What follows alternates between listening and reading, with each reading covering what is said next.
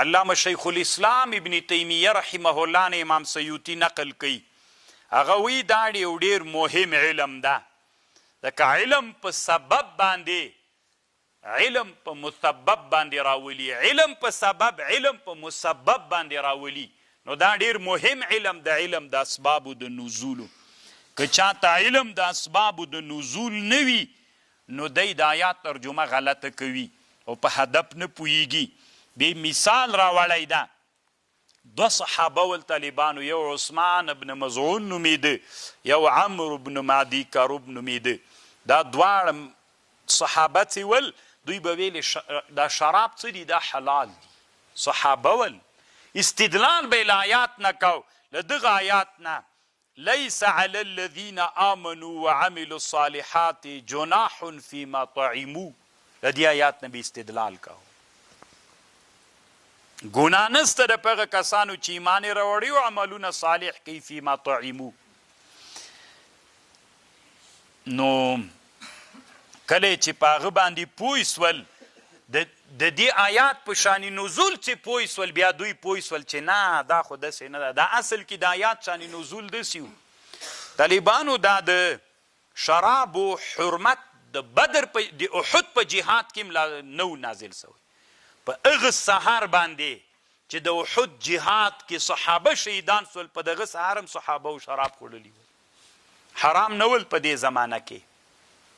نو بیا وروسته له دې نه حرام سول چې حرام سول صحابه خپل منځ کې غږېدل چې مخکې چا خوړلي هغوی به څنګه کوي چې مخکې چا خوړلي ول شهیدان دي هغوی ګناه به څنګه وي الله دا آیات را نازل کړ لیس علی الذین آمنوا وعملوا الصالحات جناح فیما طعموا غوی باندې ګناه نسته ځکه هلته څوک نه و راغلی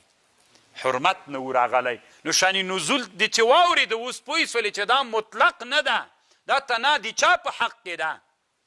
دغه شهیدانو چې مخکې د شهیدان سوي هغه صحابه چې وفات سوي ول د هغوی په حق کې نازل ده نو چې کله ته د آیات شانې نزول درته معلوم نه وي دومره لویه غلطي کې واقع کېږي وي شراب څوک دي وی شراب حلال دي یس استدلال تیر نه کوي اوس طالبانو الله قرآن کې وایي فاینما تولوا فثم وجه الله هر طرف ته دې چې مخ واړوه هغه طرف ته الله ده نو خو دې نه معلومیږي چې استقبال د قبلې څوک نه ده فرض و شرط نه ده که نه که داسې مونځ کوې که داسې کوې که داسې کوې که داسې کوې کوی د آیات نه استدلال کوي اما چې ته کله دې هغه واورې څه ورته وایي شانې نزول یې واورې نو بیا تا ته معلومات کیږي چې دا ځان ته یو شانې نزول لري دا اصل کې نازل سوی ده په سفر کې د نفلو په منځ کې د هغوی په حق کې نازل ده عام نه ده د دې مطلب دا ده چې کله ته په سفر کې ولې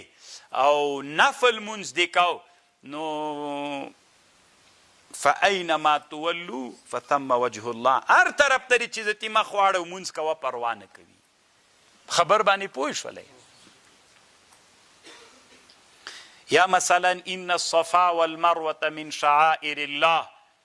دا آیات هم په صحابو باندې سختو په معنای نه پوهېدل نو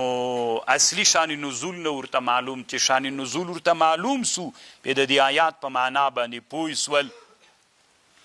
نو عایشه رضی الله عنها عروه ته وایي شان نزول ورته ذکر کوي چې په شان نزول باندې پوه سول بیا دوی په هدف پوه سو هداسې چل و طالبانو اوس د صفا مروه واجب ده سعی بین الصفا والمروه واجب ده نو هغې ورته ویلي ان الصفا والمروه من شعائر الله فمن حج البيت او اعتمر فلا جناح عليه ان يطوف بهما نو خو دې ګناه نسته ده نو وجوب خو له دې آیات نه معلومیږي کنه وجوب خو نه معلومیږي زیره پوهیږي الله ګناه نسته عروه ورته ویلې عایشې رضی الله عنها ته د عایشې رضی الله عنها خوریه یو عایشې رضی الله عنها ورته ویلې نه اصلي خبره واوره هغه داسې چلو چې له اسلام نه مخکې په صفا او مروه دوه بوتان لګېدلي ول نو له اسلام نه مخکې به هم د مدینې انصار چې راغلل صفا مروه باندې هغه نه کوه سعی یې نه کوله اسلام چې راغی ویلې اوس خو یې بیخي نه کوو د ګناه ورته ښکارېدله چې سعی بین الصفا مروه وکړي وي دا ګناه ده نو الله عز وجل دا آیات را نازل که چې نه ګناه نه ده، هیڅ ګناه نه ده، بوتان خو نشته ده. اوس سعی بین الصفا والمروه وکیا. نو طالبانو شان نزول هم یو له مهمو علومو د قرآن نه ده چې انسان ته په دې باندې بصیرت ډیر څه ورزده کوي. خو طالبانو ورونو دې ټکي تم فکر وي د قرآن ټول آیتونه شان نزول نه لري. ګورئ یعنی داسې نه ده چې هر آیات نازل سوی شان نزول دی ولري. شان نزول همغه خپل متعلق شیان لري. اوس ډیر شیان دي چې هغه بیا شان نزول نه لري. الله قرآن را نازل کړی ده، شان نزول و شان ورود نه لري. نو ښه کتاب چې جوړ کړی امام سیوطي کتاب د لباب النقول فی اسباب النزول، نور علماو هم ډیر جوړ کړي. د امام واحدی رحمه الله کتاب هم په اسبابو د نزول کې ډیر خوندور ده. حتی اوس زمانه کې داسې سوي دي یو کتاب چاپ ده دنیا کې چې اسباب النزولو کې چا کتابونه جوړ کړي هغه یې ټول پکې را جمع کړي یو کتاب کې چاپ کړی ده. داسې هم سوي دي. خو دا دومره ډیره پراخه موضوع نه ده ځکه وړه موضوع ده، دومره ډیر هغه نشته ده پکې. و یوه مسئله طالبانو ورونو دا ده چې اختلاف د علماو د اصول فقه په دې کې د اعتبار عموم د لفظ ته ده که خصوص ته سبب ته ده. یو لفظ عام راغلی خو سبب خاص ده، سبب ته به یې ګوري که عام لفظ ته به یې ګوري. د اصول فقه د علماو رایه دا د اعتبار عموم د لفظ ته ده، خصوص ته سبب ته نه ده. خبر خو پوه شو. اوس ګوري طالبانو دباغ الادیم طهور حدیث ته دا د رسول الله صلی الله علیه اصل سبب دا د میمونې رضی الله عنها په څه مړ سوی و، کشکوی یې ایستی اچاو. نبی علیه السلام ورته ویلي دباغ الادیم طهور، پوستکی راوباسئ دباغت یې وکئ بس پاکیږي. نو سبب خو هغه خاص و، خو اوس خو دا لفظ عام ده. دباغ الادیم که د میمونې رضی الله عنها پسه وي او که په بله زمانه کې یو څوک پسه څوک کي. اوس مثلا هلته یو پسه پروت ته ما یو طالب ته ویلي میل دا پوستکی ترې وباسه دباغت یې کوي اوبه پکې اچوئ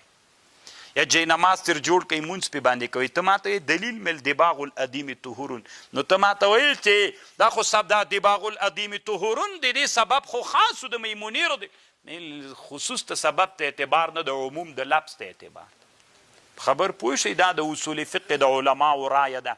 دباغ الادیم